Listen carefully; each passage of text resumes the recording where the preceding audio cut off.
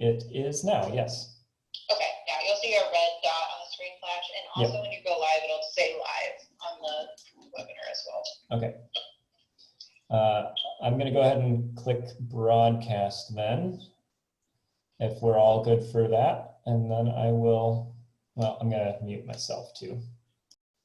You're not giving me a 3, 2, 1 go, Todd? I'll send you in the chat. Okay. We're heading over. Ready?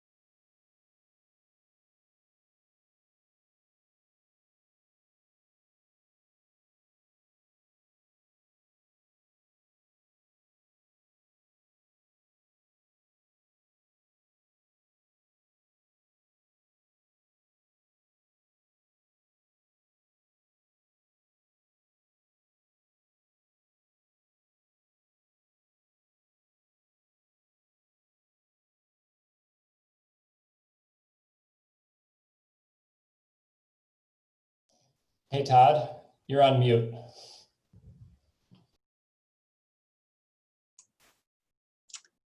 Thank you. Welcome to the inaugural week of GC Talks, a series of webinars sponsored by the Goshen College Alumni Council planned for the 2021 school year, featuring Goshen College alumni and friends. Tonight's webinar is hosted by the Yoder Public Affairs Lectureship. Good evening, I am Todd Yoder, Vice President for Institutional Advancement here at Goshen College. And on behalf of the Yoder Public Affairs Lectureship Committee, I want to welcome each of you to Goshen College and this Public Affairs lecture during Homecoming Week, Community Networks and Successful Global Public Health, featuring our panel of speakers, Franklin Bear, Rebecca Shetler-Fast, and Paul Shetler-Fast, all 2020 Goshen College Alumni Award recipients. The Frank and Betty Jo Yoder Endowed Lectureship in Public Affairs was established in 1978 to enable faculty, students, and the local community to hear nationally recognized speakers address important current issues. Past lectures have included scholars, activists, journalists, Nobel Peace Prize winners, ambassadors, and others with important insights on current issues. I'm sure that you will agree that this evening's topic is important and timely, and I look forward to this panel presentation. I would like to introduce tonight's moderator.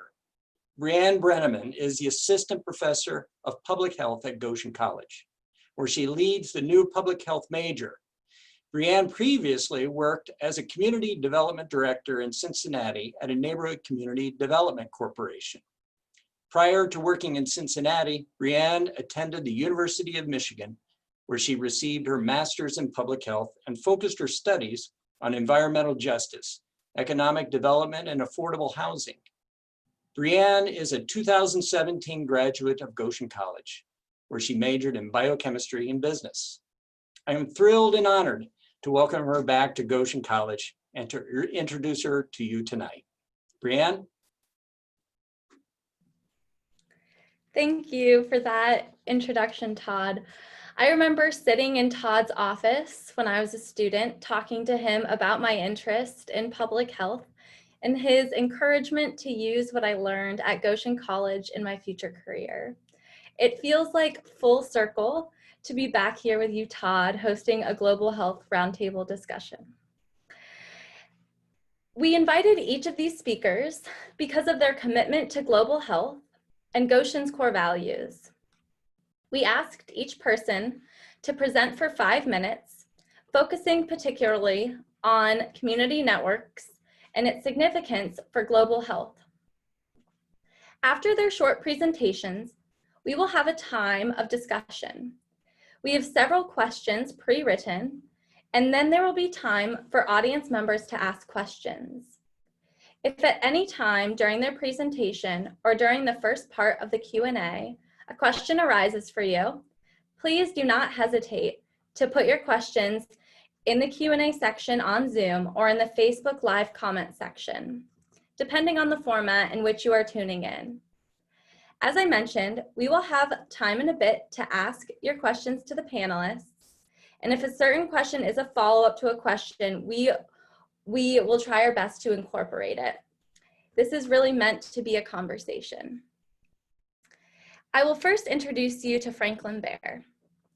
Franklin's career as an international health system specialist includes 45 years of work with Mennonite Central Community, USAID, and as an independent consultant in more than 30 countries, including DR Congo, Liberia, and Haiti. Franklin has experience establishing partnerships between public and private health-oriented services, as well as government and faith-based institutions, and sustainable health system reform. Franklin is a 2020 recipient of the Goshen College Culture for Service Award. If we were all together, I'm sure we would all be clapping very loudly. The next person I'll introduce you to is Rebecca Shetler-Fast. Rebecca directs The Source, Elkhart County in Indiana's Children's Public Mental Health Network. Rebecca previously served as representative for MCC in Haiti, and prior to that served in clinical mental health practice, specializing in trauma and PTSD treatment. Rebecca directs a federally funded multidisciplinary team focused on piloting high-quality interventions targeted at preventing the emergence of serious mental health concerns for children in Elkhart County, and also building greater community partner capacity to provide high-quality, innovative, and equitable mental health care for children and their families. Rebecca's expertise has led her to leading many different trainings and presentations on trauma-informed leadership, preventing sexual exploitation and abuse, and cultivating resilience. Rebecca is being awarded the 2020 Goshen College Young Alumni Servant Leadership Award. And finally, I would like to introduce you to Paul Shetler-Fast.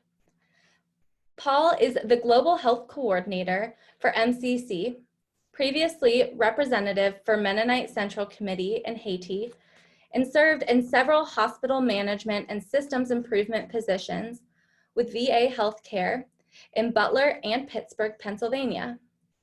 Paul has qualitative, quantitative, and mixed methods research and evaluation experience with projects around the world. His areas of focus are in behavior change, mental health, and integration of evaluation and participatory action research into public health practice. This year, Paul is also leading a global public health virtual practicum, a new course hosted in partnership between MCC and Goshen College.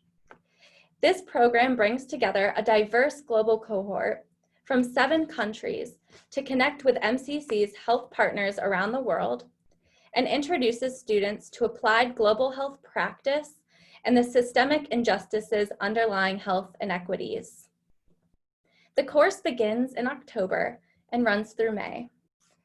Paul is receiving the 2020 Goshen College Young Alumni Servant Leadership Award.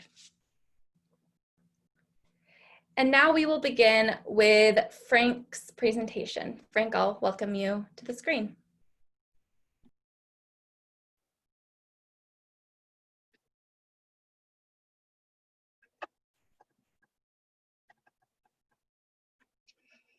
Over the years, as a project manager and a consultant, I've collected a number of tools to facilitate my work.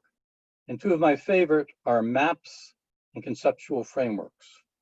And I'd like to briefly show how these can be applied to the work of community networking. I find maps are very motivating. Here we have a map of Africa showing the country DR Congo. And here we see Congo showing— Frank, can you please share your screen? I did. You might have to click it again.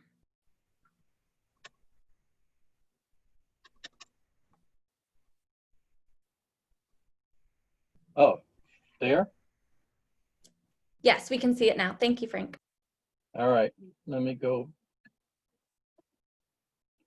Okay, I'm showing maps and conceptual frameworks useful for my work. Here we have a map of Congo on the left, and then we see Congo on the right compared to the size of the United States. The blue lines are the entire paved road structure of Congo. So you can imagine the logistical challenge of getting things done in Congo. Here we have a 1960s map of the hospitals infrastructure of Congo, which includes state and faith-based hospitals, Protestant and Catholic. About half of the hospitals in Congo are owned and managed by faith-based groups. And that was such an importance that the Ministry of Health took that into account with their plans for decentralization. In the 1960s, a few of those hospitals, particularly the faith-based hospitals, began experimenting with enlarging their community health programs to not compete with the government, but to create a consolidated area called a health zone where one hospital would be in charge of supervising and coordinating all the health care. In 1982, a project that I managed for 10 years started called the SANRU, Santé Rurale, Rural Health project. And that began encouraging a bottom-up development of more of these health zones. By 1984, the map shows that we had so many of these health zones starting that they bumped up against each other, which then created the necessity for a more formal delimitation of by the government in collaboration with the hospitals to define 306 health zones. 20 years later, those 306 evolved into 519 health zones, of which 40%, shown in the pink and blue, are managed by faith-based groups. So they're all state health zones, but 40% are managed for the government by faith-based groups. A very unusual situation. If we focus in on one area of the country, this is of particular interest to us because it is the Mennonite area of the country where the Mennonite Brethren and the African Inland Mennonite Mission set up their work in Congo and creating a network of hospitals. The result was the later work led by Pakisa Chimika at Kajiji and Dr. Richard Hirschler at Kalonda developed Mennonite managed health zones. And then that later expanded to all 7 health zones managed by the Mennonite churches, serving a population of 1 million people with a consolidated area that's larger than the state of Virginia. If we zoom in on one of those health zones, Nyanga, we'll see that it's subdivided, mapped out into health areas within the health zone, and each of those health areas is responsible for a certain number of villages. And then the mapping even goes down to a more local level, hand-drawn maps by the health zone team to coordinate the work, their community networking with the health centers and with the communities. So from top to bottom or from bottom to top, there are various levels of community networking, which leads me to one of my favorite conceptual frameworks is by David Korten, who in 1985 proposed that there's a matrix of 3 generations of development strategies by NGOs and FBOs. The first generation is welfare and relief, organizations that were created in time of an emergency to respond to a specific need, particularly at the individual and family level. MCC was created after World War I in response to an emergency. Oxfam, CARE, had their origins as relief and development agencies. But then they later became known better for their community development work. The NGO, the FBO, working as a mobilizer with the community to develop neighborhoods and villages, community networks for healthcare. Korten then proposed that you could scale that up for the NGO to collaborate with the government in sustainable health systems development, working as a catalyst to develop a health system across the region or across the country. And this is essentially what we did in Congo with the development of health zones.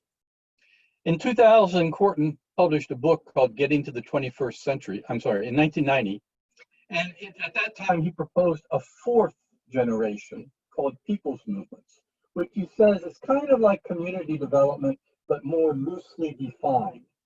It's not a top-down community development approach, but rather a bottom-up approach where you create loosely defined networks, which then over the years coalesce and emerge as self-managing networks.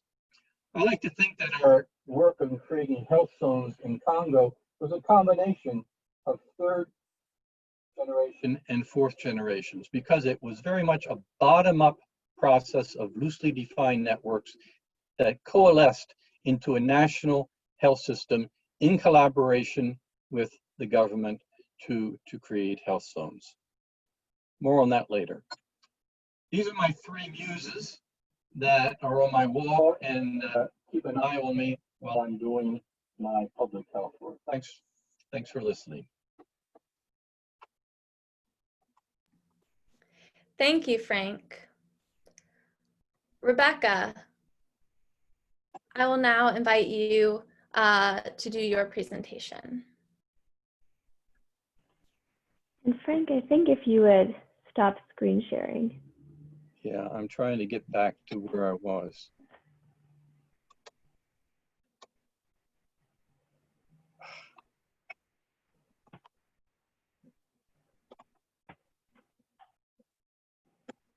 Did that do it?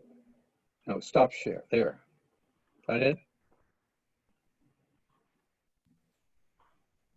Rebecca, did you try to start yours? You might be able to override his, I'm not sure. Perfect. Are you seeing mine? Okay. It's good to be here at Goshen College virtually. Thank you, Brianne, for hosting this event, and Frank for sharing your wisdom and experience. This evening, I'd like to share with you 2 examples that frame my understanding of mental health as a public health priority, and I think help to illustrate the effectiveness of community networks as a way of addressing mental health issues both globally and locally. This first picture is of a Haitian priest and also one of the country's first psychologists. His name is Father Eddie. While working in Haiti for the past 5 years, I sometimes got asked by Father Eddie to provide some clinical consultation in sessions. And I remember the first session I sat in to observe, I was surprised by the scene that greeted me. This session was for a Haitian woman with complex trauma. We'll call her Lucilia. Lucilia had been brought into the clinic by her pastors, was accompanied by 2 sisters, a brother-in-law, a cousin, all who participated actively in our session as the team worked to understand her mental health needs and how they might help. When I asked their role, Lucilia's pastor said that he had attended a training about mental health and knew something was wrong, so he had been trying to persuade Lucilia to get help. He was there to make sure that she got to the appointment since he knew she was very afraid. Her other sisters, brother-in-law, cousin had all contributed money to pay for the 3-hour ride on public transportation to this hospital to seek care. They came along to show their support because they knew Lucilia was in urgent need of professional mental health care. They were all there together in this session, showing clearly that mental health is not an individual issue, it is a community issue. We often have the belief that mental health challenges are only something experienced by people in wealthy countries, that it's a first world problem, something that happens in developed countries or a North American issue. As a society, we often like to think about mental health challenges as an individual problem. They are your own individual failing, your own issues, and with that brings a lot of stigma. Or sometimes we think about mental health challenges as a faith problem, caused by socioeconomic factors or a cultural phenomenon. Our North American culture's treatment of mental health tends to follow these individualistic beliefs and understandings. Treatment is done privately. Treatment is often a luxury good that's not accessible to everyone. What this Haitian family and community members were saying in this session with Lucilia is that mental health matters, not just to individuals. It needs to matter to our communities and our society. They were saying and demonstrating through their actions that mental health is a public health issue and that we must collectively own it. Untreated mental illness is a serious public health concern because it not only reduces the number of years a person is productive by as much as 1/3 and results in suffering and premature death, according to various studies, yet funding for mental health care around the world makes up 0.41% of total global health funding. So that tells us that in the context of global public health spending, mental health care makes up less than 1%.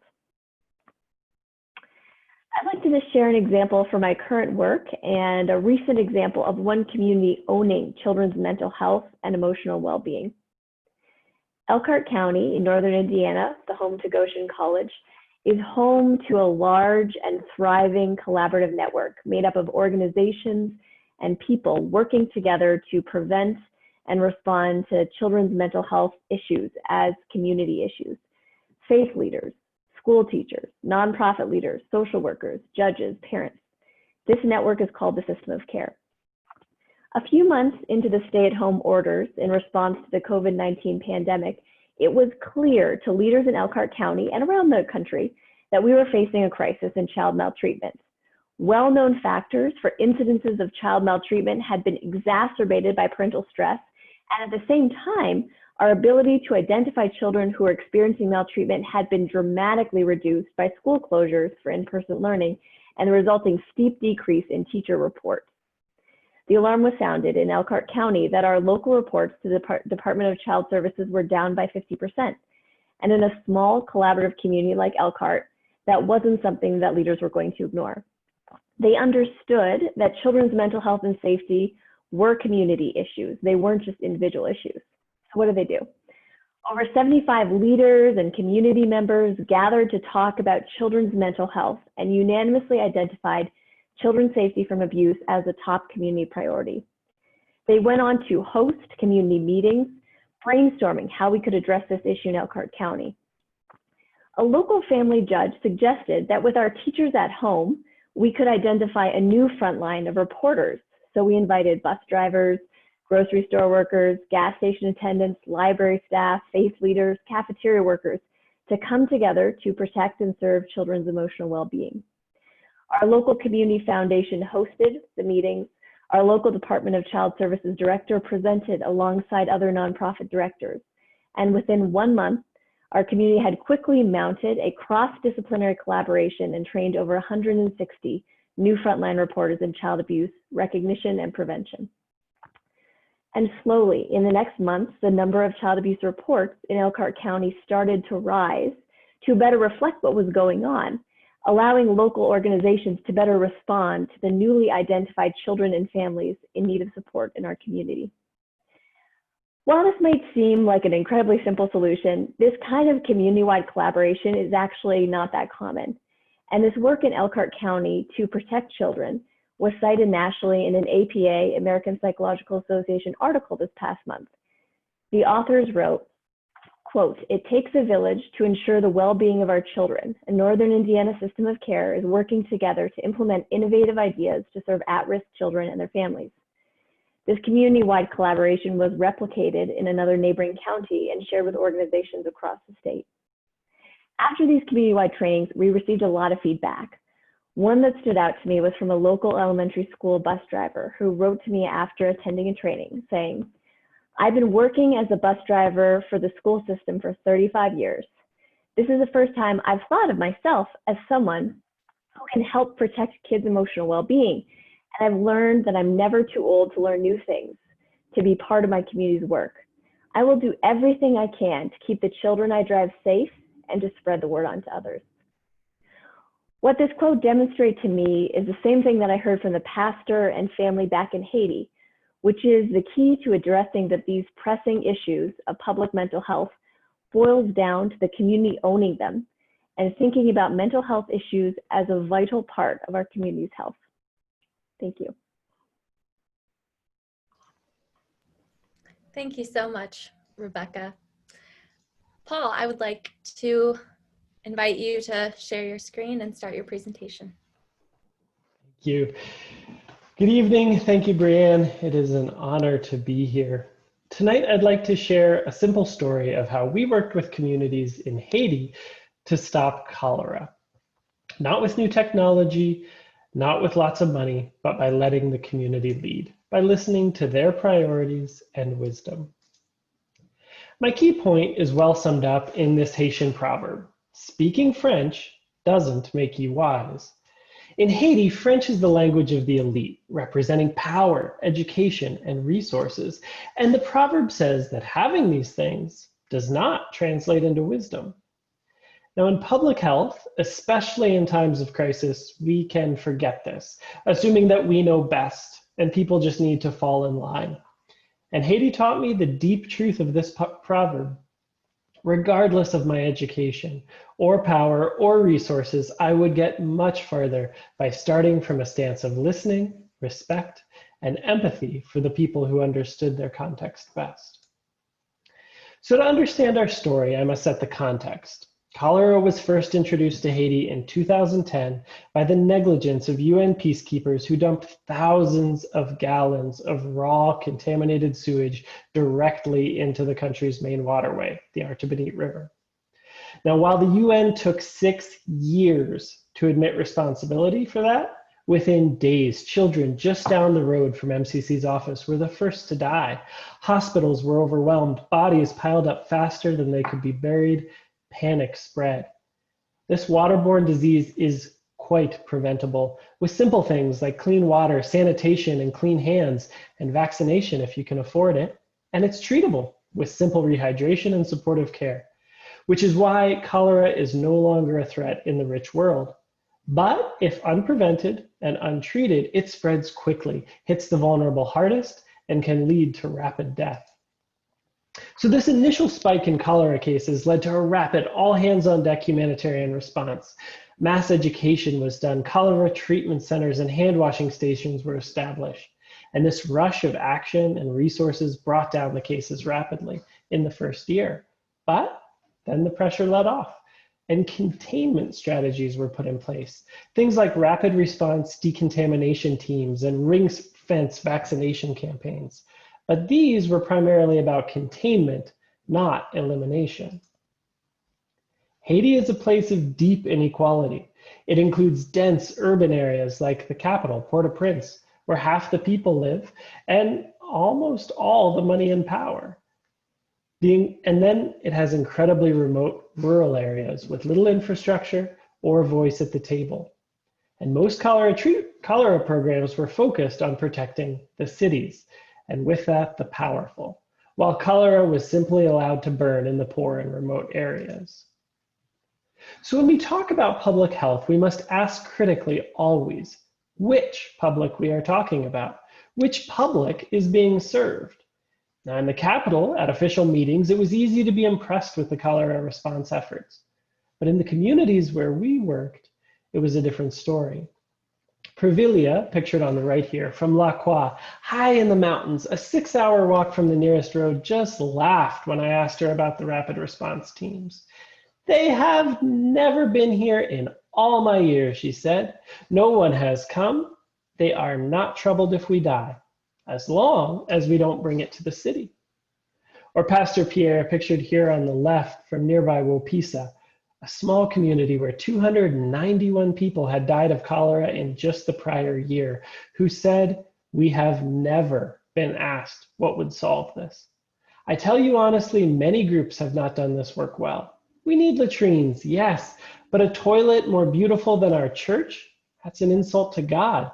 A toilet drier than my house? That's a shame to my family.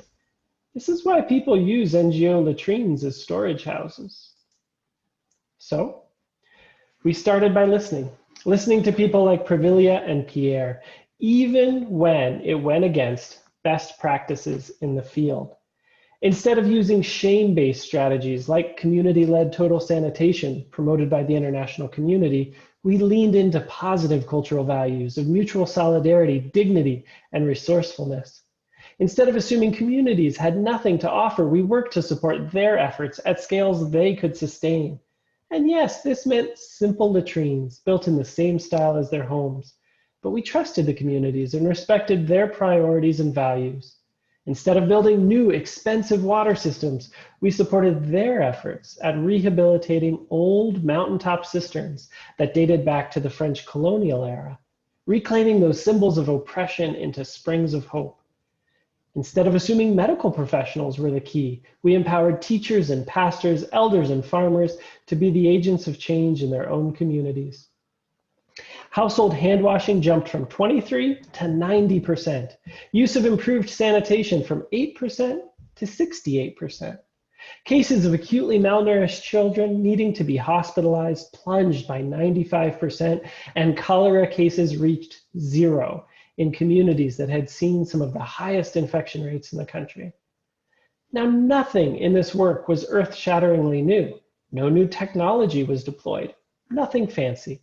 Just listening and learning humbly from people in their context who knew their communities from the ground up and letting them lead. To wrap up, I want to leave you with a quote that sums up why this approach worked and why it matters. This comes from Adriana Charles of Cabai. "I am so happy, so proud," she said, "that with our work, our children will not have to get sick."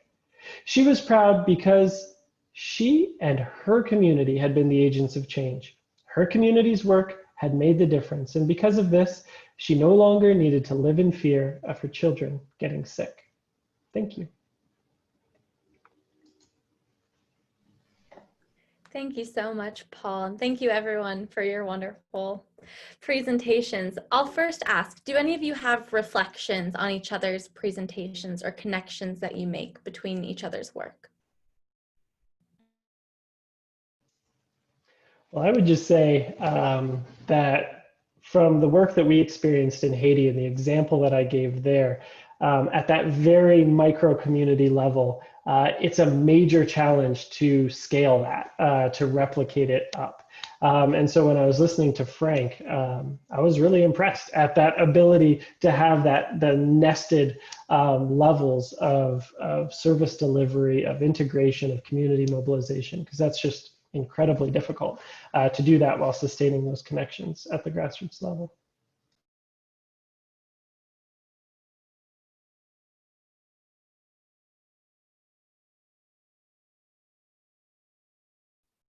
Yeah, I'd say that no matter where we are and what country, community networking is always there. It's always a necessity.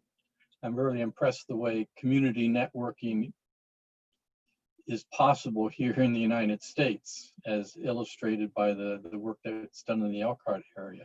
It's not that much different from the community mobilization that's done in villages in Congo or in Haiti.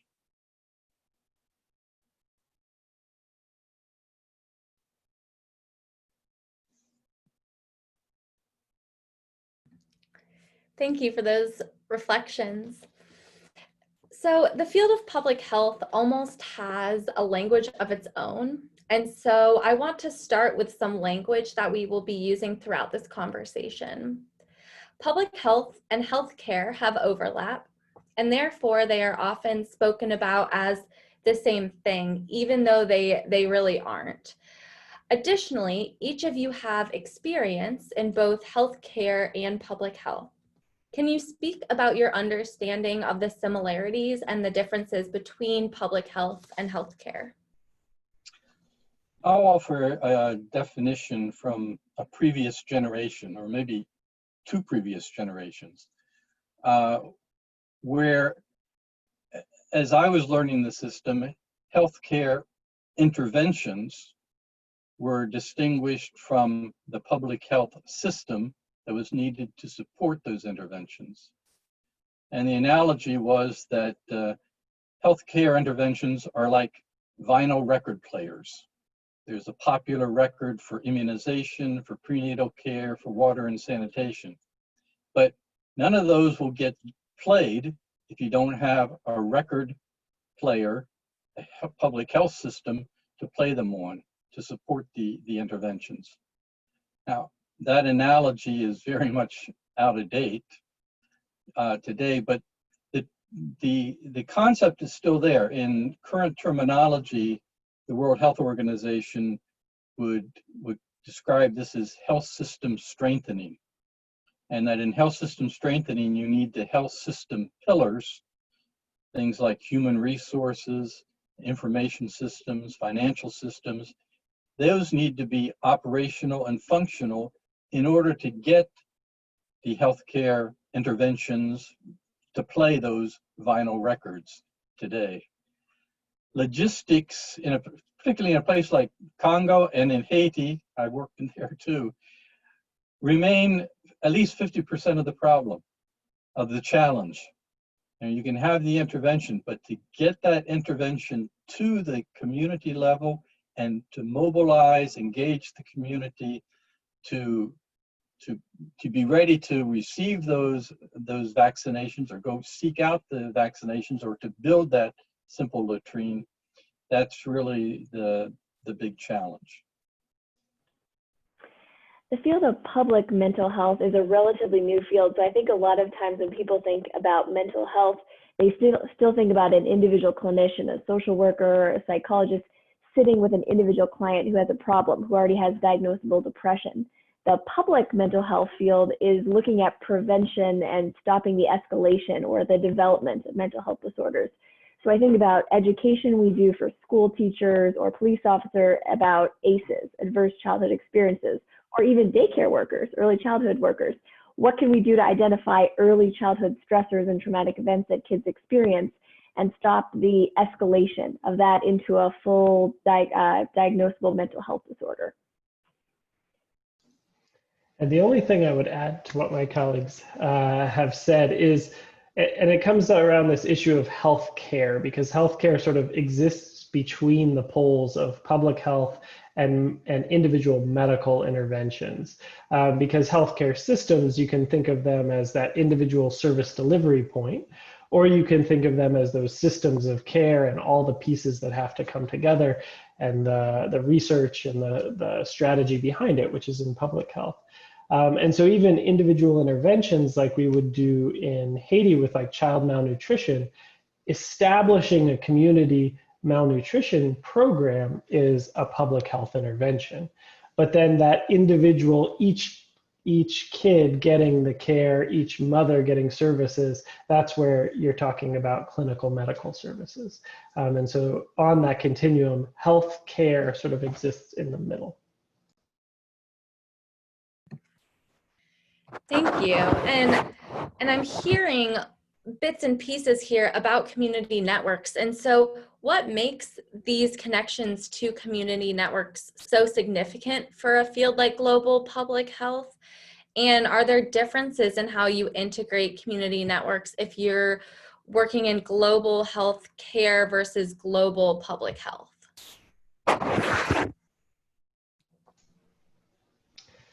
So community networks, I think, are vital at all of those levels, and understanding the community, the context, the reasons people do what they do.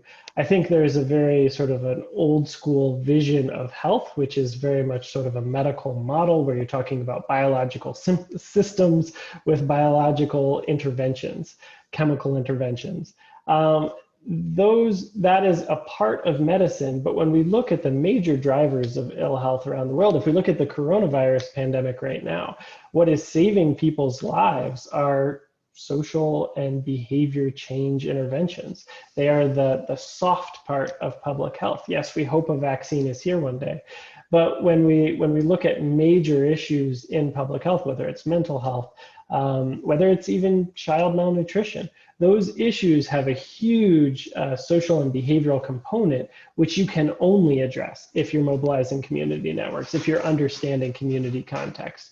You just can't do it effectively if all you're relying on is sort of a very linear, top-down, sort of a biological model of care.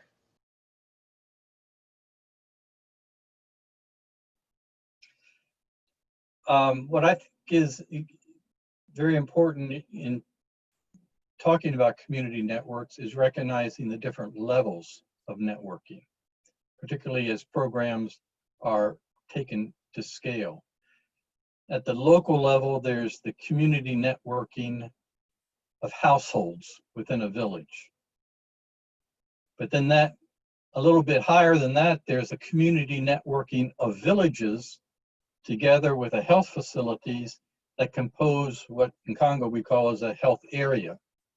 And then a networking of health areas to make a health zone that might serve 100,000, 200,000 people.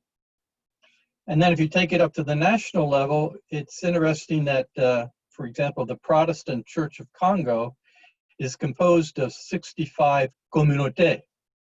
Each church, Protestant church, is called a communauté in Congo.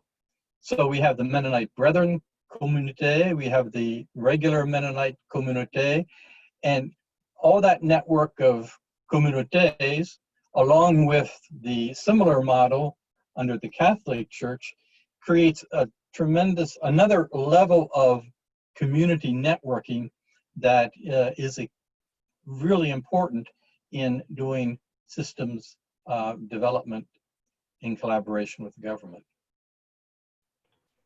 So, and working at each of those different levels requires a somewhat different strategy, a somewhat different language, a somewhat different process. And you really need to be able to work in all three of those areas at the same time so that you're linking them together into what's called a institutional value chain, where one level engages with the next level. I think community networks are really vital for making change. And I think about one of the bigger issues we face with mental health stigmas in faith communities. And that is a huge barrier and results in delayed access for a lot of people getting mental health care. And so mobilizing community networks, as Paul said, that as we look at how do we get people into mental health care, even in this county, some interesting kind of work, bringing pastors together, doing focus groups and understanding how they communicate, what language they use, and building relationships, we found has had really effective results. And as we build relationships, we then get calls from pastors who have heard from other pastors. They have questions that connect to mental health, and they want to reach out and learn more for their congregants. So I think about on a small kind of micro level how that spreads and how effective that is. We have a participant question that I think ties in pretty well with what you've been discussing. And so how do you have those difficult conversations with donors, especially those big donors in global health who say that big top-down programs are the only way to make a difference in people's lives? How do you have those conversations? And do you maybe have an example of having one of those conversations?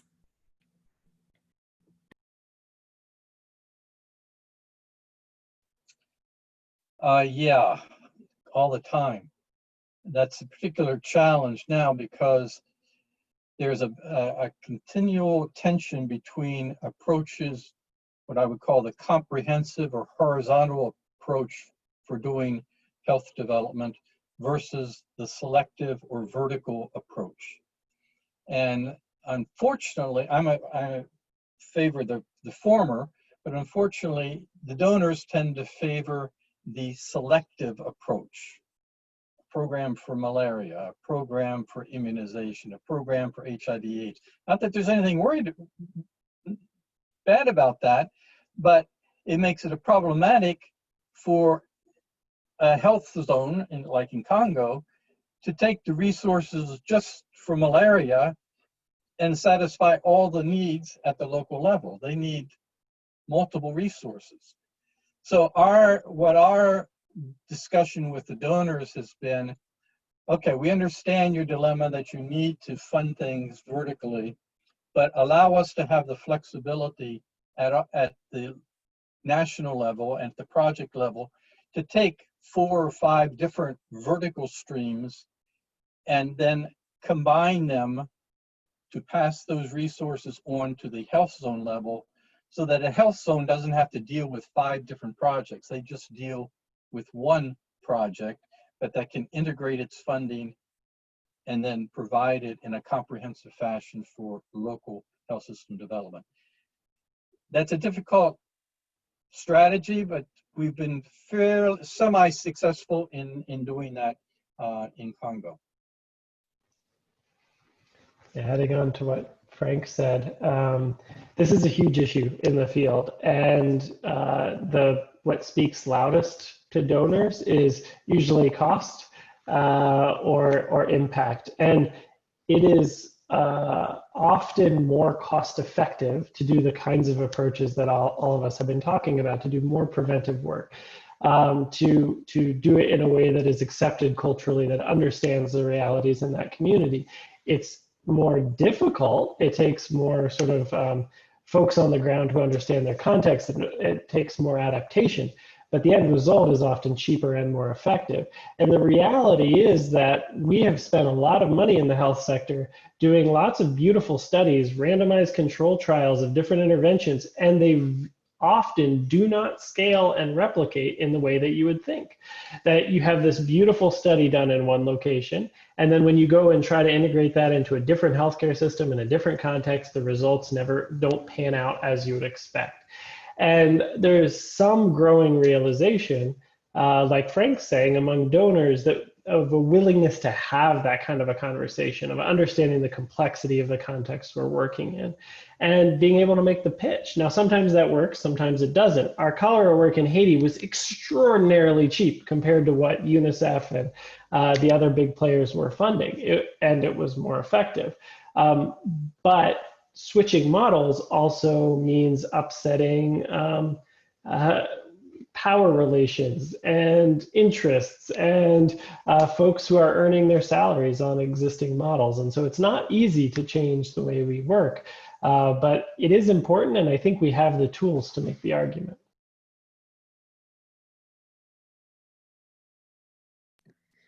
I'm hearing that sometimes public health means disrupting systems. And I talk to my students a lot about the disruption of systems and how public health uses that. So I'm thinking now about how we have two generations of practitioners. Frank, you've had a long and full career, whereas Paul and Rebecca, you have a lot of great experiences behind and ahead of you. How has the field of public health changed over time, especially within the time that you've been working? Well, I'll show my age by referencing, as for me, a key point is 1978 in Alma Ata. And if the listeners just said, Alma who? Please go to Google and type in Alma Ata and find out what it was about. It was a conference in Alma Ata. All the countries in the world participated.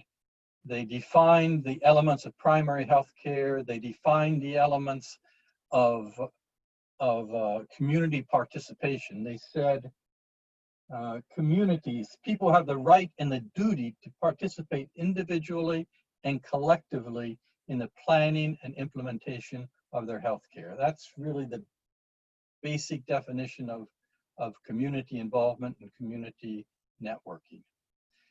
That set the standard, the gold standard, and for me it remains the gold standard for primary health care. What has changed, evolved since then, has been this development of a competition between the comprehensive approach embraced by Alma Ata and the selective vertical approach that is often imposed on countries by donors. And so over the years, I've seen that struggle go back and forth and back and forth. Sometimes you'll get a donor that will say, okay, we want to do things more comprehensively and provide more latitude. The DFID from United Kingdom is well known for funding that sort of a program. So we like to work with them. But it's that continual struggle that has, I think, been a key to the channeling of funding over the past 20 years, and that'll remain a key issue for the next 20 years. The field of public mental health obviously is a very new field, but there's been pretty rapid progression in the last few years on the international front. Sexual and gender-based violence treatment responses to that have become, for many, a signature issue for a lot of international organizations. The Me Too movement moved internationally with protection from sexual exploitation and abuse in recent years. And on the North American side, a big change in the field was social and emotional learning, SEL, becoming a buzzword in schools, basically the school equivalent of mental health. And I think about just this week chatting with a local mayor who wants to do a 4-year comprehensive trauma-informed community for his community. And this is not a mental health practitioner. And I was asking him, where does your vision for this come from? Like, why is this, Midwestern mayor wanting to bring mental health to his, emergency responders, his counselors, his teachers in the community? And he said, when we address our emotional needs and we put those on equal playing field with our physical health, the whole community thrives. We all prosper. We build resilience as a community, and that's worth every investment on my part. So I think of that as kind of a progression. And I would point to one of the continual struggles in public health. One of the challenges we're still working on is one of the questions that I brought up in my talk, which is, which public are we serving, whose voices are being heard, what is the priority in public health, who's funding it, those sort of things. And remembering that global public health has a pretty rough history and legacy coming out of colonialism, out of tropical medicine, that was really there for the benefit in the very beginning of those colonial groups. And it is only slowly over that history where we have worked and there has been steps to decolonialize public health and make sure that it is those people on the ground whose voices are being heard, that they do have a say in their healthcare, that the public health system is serving them. And there's still a lot of mistrust around the world, some of it justified in terms of that history. And, I think when we look at even an organization like MCC in our history, when we started in health work, and this would be true of most mission organizations, similar NGOs, 50 years ago, the model was you send an expert from North America that's going to go be the doctor, be the nurse, do the clinical care directly. And only over time has that transitioned to a more partnership model, where if you visited MCC health programs around the world today, those are locally run with local staff, local partners, who have an incredible say in designing that system of care. And so that is, I think, we're not there yet, but we've made significant progress in that area and have a lot further to go. And so need to remain aware of that as we move forward. Thank you. And that connects directly. Oh, go ahead, Frank. Yeah, I wanted to give another example of the changes over the years. When we started the Sonder project in 1982, we had a mandate to help facilitate the creation of 100 health zones across the country. And the project did that. Out of those 100 health zones, 90% of them, the medical director was a missionary. Now, that wasn't because of a colonialistic spirit to impose them. It was the lack of Congolese doctors, and the Congolese doctors that did exist were all clustered in the cities. There was no infrastructure to welcome them into those rural areas. But through the project, through the next 5 years, we were able to realize, see a movement of Congolese doctors to take over that position. And by 1990, out of those 100 health zones, there was only one where there was a missionary medical director. All the rest had been taken over and were working fine with the Congolese medical doctors. That represents a tremendous shift in leadership and in responsibility for management of the health system that has continued to today in Congo. I have a question posed by one of the students in my Public Health 200 Introduction to Public Health class. So I'm going to ask her a question which connects directly to what you have all been talking about. She asks, in regards to global health, how can you, an outsider, specifically foreigners, help in community networks in a place that may be fearful of change? This is especially true in the situation where many may have reservations against a white savior complex. How can you start a conversation? Great question. I'll start on one level and others can join in. First, I would say that we're all fearful of change. And one of the things that's critical in good public health work in the field is not seeing the folks we're working with as other. Yes, there are cultural differences, there are contextual differences, but there are also many similarities. And we often think of ourselves as very complex, but like to think of other people better, participants in programs as having simple or straightforward needs or behavioral drivers. And they're not, they're just as complicated as you or I. And so that's where this work of really digging in and understanding the context in which we work in and relying on local staff and local leadership to be the drivers of change. You know, had we gone into those communities in Haiti and told them what to do, we probably, no matter how great our idea was, it probably would have ended up with the same results as everyone else, with a little bit of change that eventually reverted to normal, to the status quo. But because they led it, they were the ones who were able to tell us, oh no, you should build the latrines on the watersheds above where the community water source is. And oh, do you know that if we use this kind of a system for the cap on the latrine, we could reuse it even when that's full. And a lot of things that we would never think of. And I think that's where this partnership model can be really effective, where we're recognizing what we bring to the table and we have the humility to recognize what everyone else is bringing to the table. And that when we're working in communities, they are expert and it is their expertise that is required to make the project work as much as any public health expertise or medical expertise. And so finding the way to bring the synergy from those two perspectives, I think, is where you get really powerful change.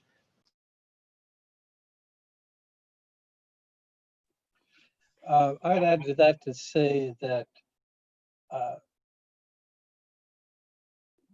your first step needs to be a serious assessment or mapping, as I like to call it, of the local assets, the local resources, the local stakeholders.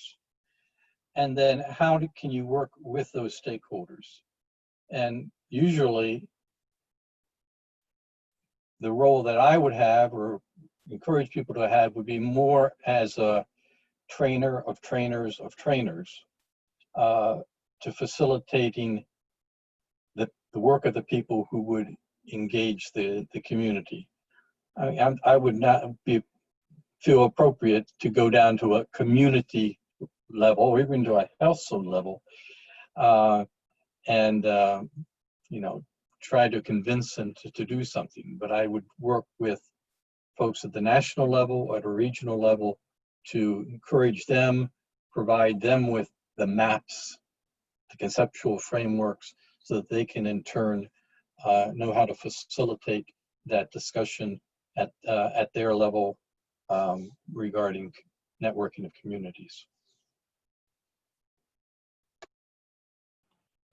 I think of one example of that as a partner was interested in Haiti in doing a mental health trauma project and specifically focusing on PTSD. Post-earthquake in Haiti, there hasn't been any PTSD treatment, yet rates are similar to what combat veterans would experience in the United States. So very high and not treated. And there's very specific treatments that are highly effective, but again, no access. And so thinking about this and working with a local partner, what the local partner right away did is said, you know, we're going to need to spend a few months meeting with faith leaders, meeting with community members, and they brought huge groups of people in and had big meals and sat around in circles trying to have an understanding of how they understood this idea that we have in North America, PTSD, how that translated locally, and then what aspects of it caused suffering or distress locally, and how to kind of target their interventions to be responding to those local needs. So I think of it as like a very long listening experience. And from that, this local Haitian partner developed a program and a proposal of what they would do and how they would target treating this issue that we call PTSD and what the local version of that was. And I thought that was a great example of that partner doing that so well on that listening process. Thank you. It's really fun when you all say things that I talk about in class. We had a lecture on community organizing a couple weeks ago, and I get really excited about asset mapping, and so it's really fun for you, Frank, to mention it and to reiterate to my students that it is indeed used in practice and it's very applicable to a lot of situations. So another question, changing up our topic a little bit, has to do with COVID. And I'm sure there are a lot of people that are listening who have questions about COVID. So please remember that you can ask questions in the Q&A section on Zoom. or if you are tuning in Facebook, you can put your comments in the comment section. So someone asks, Paul, can you speak about the effect that COVID has had on all the other health programming MCC does around the world? Absolutely, I'd be happy to. COVID-19, as you all know, is a truly global pandemic, and the impacts of it are not only health related directly, but also involve the economy and travel and logistics and many other dimensions that are impacting health services. So at one level, absolutely every project anywhere in the world has been impacted by COVID-19. Infection rates have been different, but there has been just tremendous impact. Many of the health services that we provide, most of what MCC does isn't clinical health services. Most of what we do is very much in the public health domain. But where we do provide clinical health services in Eastern DR Congo, in Lebanon, in Burundi, in Kenya, in many places around the world, these are incredibly vulnerable settings. And there's not a plan B for folks. There's no ICU beds available if it gets bad. The governments often don't have the capacity to assist with prevention and preparedness at the community level. And so MCC worked with those community service providers to make sure that all those staff and all those programs had the personal protective equipment, they knew the infection control protocols, those sort of things. And that, it made a huge difference. So our programs have been able to keep operating almost everywhere in the world, providing that very critical healthcare delivery in very vulnerable settings because we were ahead of the curve. We were preparing before COVID really got rolling. But then there's all these other impacts, the economic costs of lockdown, people being afraid to seek healthcare. We've had, people in community programs, community level volunteers who have gotten sick, some have died, and some have been too afraid to get care in the hospital because of the rumors going around. And so it's really important that organizations like MCC and our community partners are helping to make sure that people understand the real risk factors, understand real prevention measures, and can help make those really complicated risk analyses. Should I take my kid in to get vaccinated right now? Should I go in for that prenatal appointment? What are the costs and the benefits as we navigate risk in a time of uncertainty when your governments aren't telling accurate information? It's a huge issue, but I've been just really, really proud to be working with the kinds of local partners we have around the world who really we were able to address this proactively before it got bad in most places. And all of you have extensive experience with community networks, and especially globally, but also locally. And so what have you learned through your working with different communities that we could bring back here to the US? One of our attendees asks, like, what type of community systems and networks, like what lessons can we use to help in our neighborhoods right now here in the US? I wanted to respond to the previous question first. In Congo, the project that I managed for 10 years, a number of years later, it evolved with Congolese leadership into a national NGO under the same name, SANRU. And today, that organization manages a portfolio of a dozen projects funded by major donors and minor donors that get assistance to almost 500 of the 519 health zones. Now, I mention that because it means that they have to have a network, a logistical network, to get assistance out to all those health zones. And once that logistical network is in place, it can be used in emergencies for COVID or for Ebola or for what other emergency. So the problem of logistics remains the same. 50% of the problem is logistics, but having that vast integrated network the government, with faith-based groups, positions us to be able to respond and assist in the COVID epidemic. Thinking about the switch early this year from Haiti and doing global public mental health to Elkhart County, I was surprised by the similarities and how the skill set translated so well over. You know, you have to learn the culture, and, you know, whether I'm speaking my maternal language or not, there's a whole context and culture and set of customs that have to be understood before we can, you know, move forward. And finding people's motivation for change exists across kind of context where you're looking to do interventions, and finding that relationship point and those community networks, that's what drives it forward. That's why we were able to do these, you know, big community initiatives in the new year. That same impulse, and that for people to get together on an issue that they care deeply about exists in Haiti with rural farmers, and exists in Elkhart County with a whole variety of people. So I was impressed to see that similar kind of core foundational approaches really translated well across contexts. I'd build on what Rebecca was saying there about this, this need to use the same rigor we use in international and global public health locally. You know, when we are working in a context like Haiti as foreigners, we come in assuming that we don't understand the culture or the context, and we need to do the hard work to figure it out if we're going to expect something to work. And I think one of the problems is when in the US public health system, for example, we kind of assume, well, it's our people, we understand it, I know what they're going to think about this.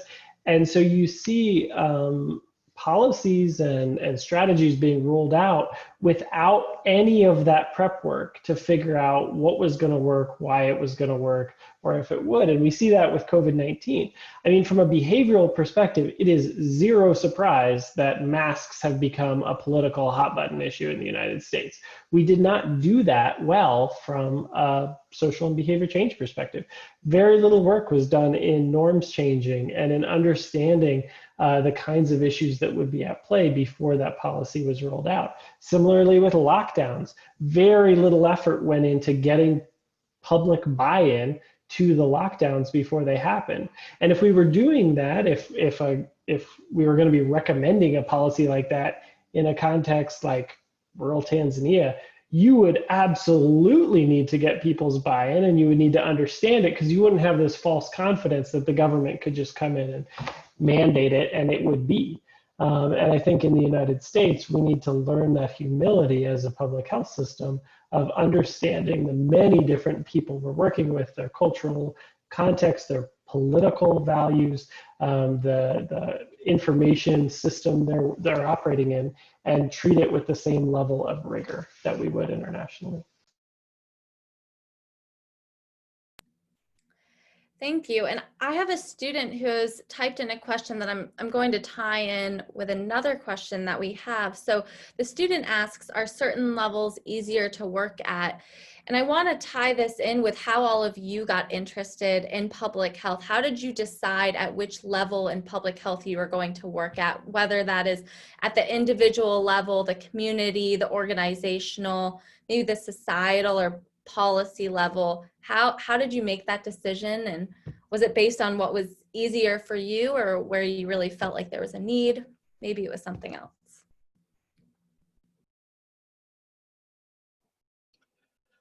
I began my work with MCC as a biology teacher in Congo.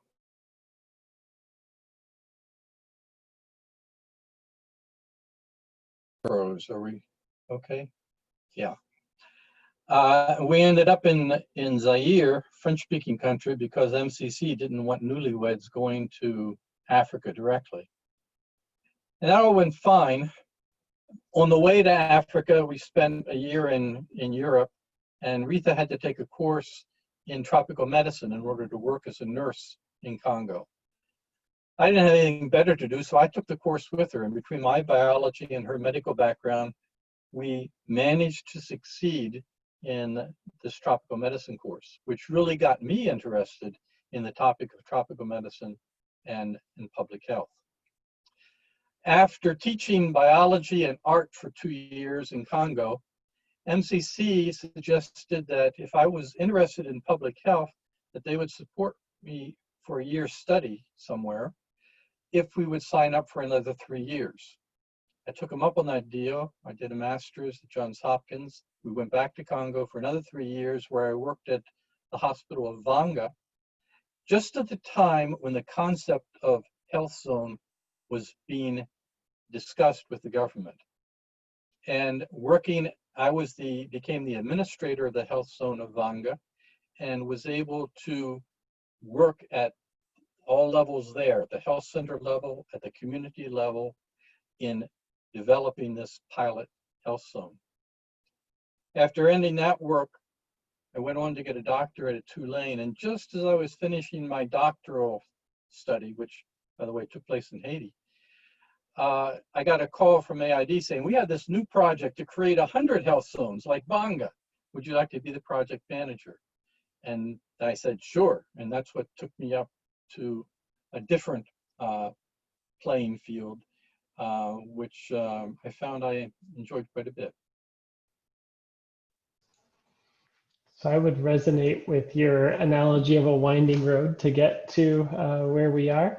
I first, in early school, thought I was going to be a doctor. My grandpa was a doctor in Haiti, and thought I was going to do science. And then in college, I veered hard to the humanities, majored in history, got my first master's in international development, but then got pulled back into healthcare with the VA healthcare, decided I actually loved that and loved working at the system level. So got my MPH and then went to Haiti where I could bring these two loves together. And public health, I think, is one of those really cool fields where you get to bring that science and the humanities together. And from our experience in Haiti in particular, you know, I think being pretty close to the ground is a really rewarding level to be. You know, in a context like Haiti, where the government has a lot of issues, when you're really high up in that government system, that can be a pretty depressing place to work. And the lack of momentum and frustrations that peers who worked at that level experienced. But being a little closer to the ground where you get to see the real change with actual people in the direct programs, I just have found really, really rewarding at sort of that intermediate level. I started my winding path in Ethiopia on my SST with Goshen College, seeing the suffering and feeling really powerless and not having any tools to respond to it. And so I started a veered to a social work major at Goshen College with the idea that I would respond to suffering. I would focus on trauma and the most kind of acute situations. And I took that path. And over time that evolved to, could we prevent some of this suffering? And realizing that there's a lot of patterns to suffering and a lot of groups who experience who are more prone to experience these type of things, and seeing that we can actually prevent that. And so I find myself in pursuing that idealistic path that maybe we wouldn't need people in that position who are walking with people through these dark moments if early on at the early childhood level, at the middle school level, we could stop some of these paths from evolving. And I get tremendous, it's a very empowering thing to be earlier, to be upstream in that kind of process as people experience difficult things, responding along the way and feeling part of interrupting that process of evolution of suffering. I'll tell one more example. We were evacuated from Congo in 1991. I started working as a freelance consultant. One of my first assignments was to Niger to work with USAID in designing a maternal child health project. One night I was having dinner with the program officer from USAID, and we got talking about our backgrounds, and I mentioned the Mennonite. Oh, you're part of the Mennonite Mafia. And I said, what? What's that? He said, there's a closely guarded secret there. there's a group of Mennonites working within USAID and the World Bank, steering things into a developmentally sound basis. I said, yeah, that's the group I want to be part of. And continued that for the next 25 years.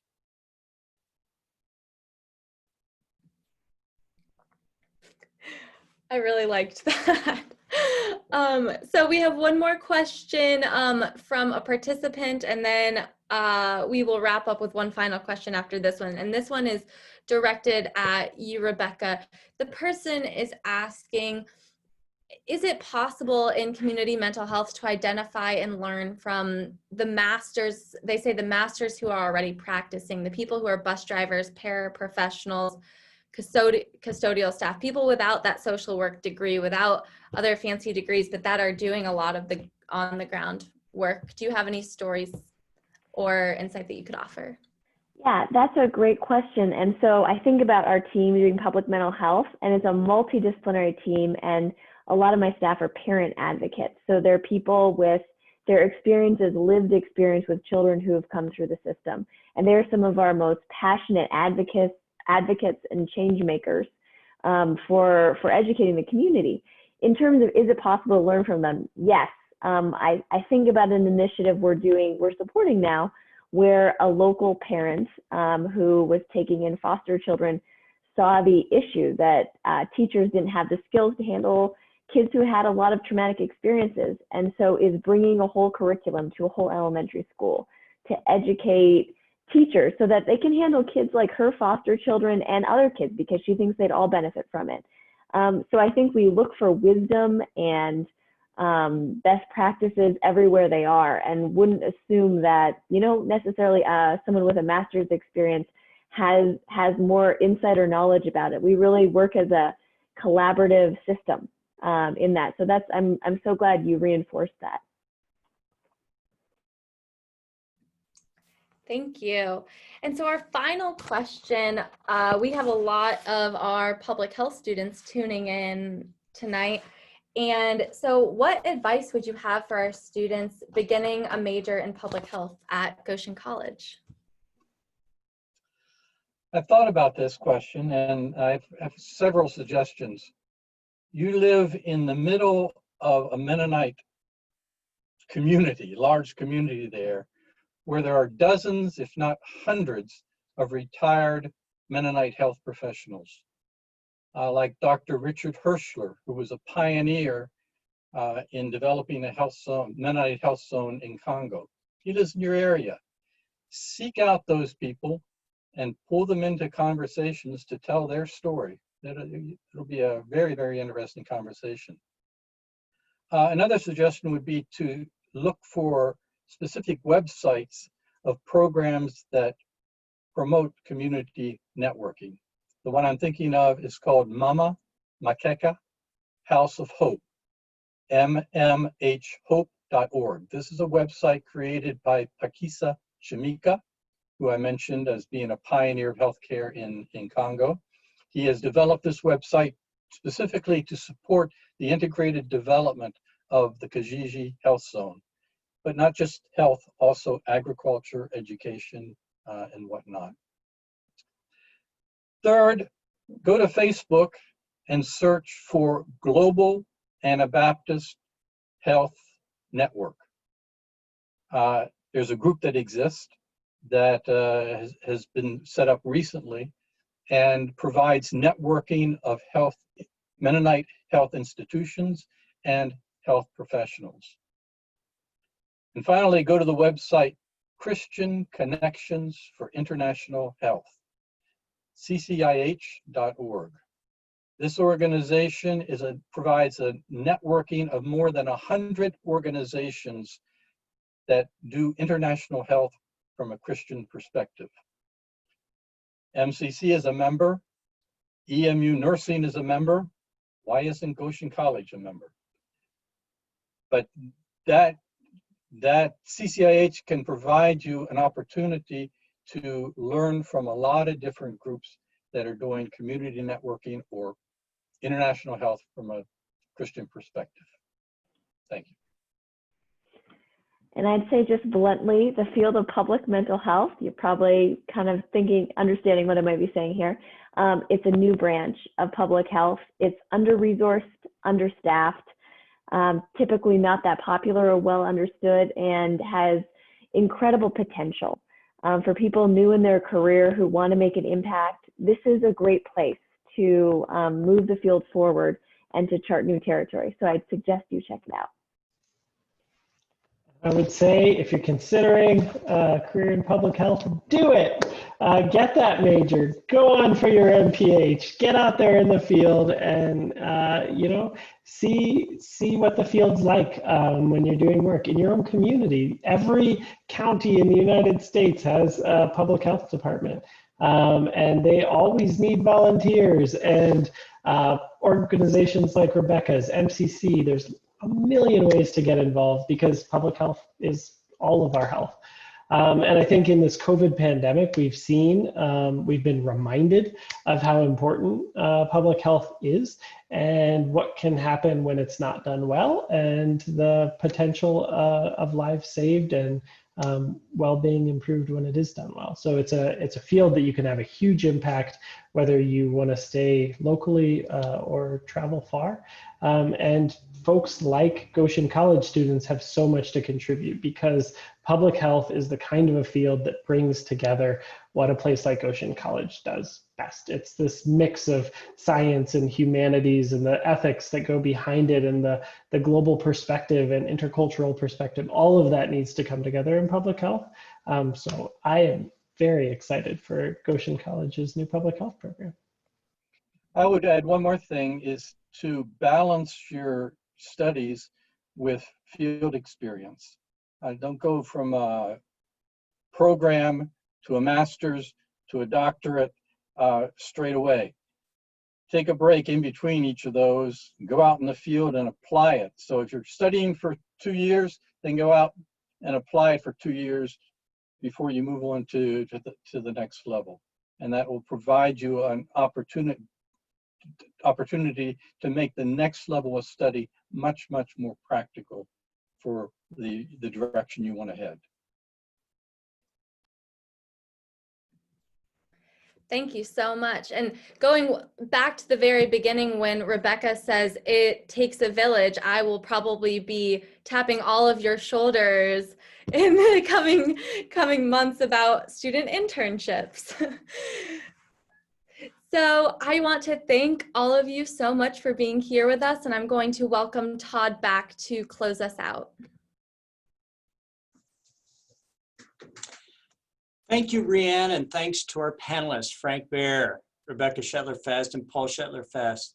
And congratulations to all of you for being 2020 GC Alumni Award recipients. And thanks to all of you for attending this Yoder Public Affairs presentation.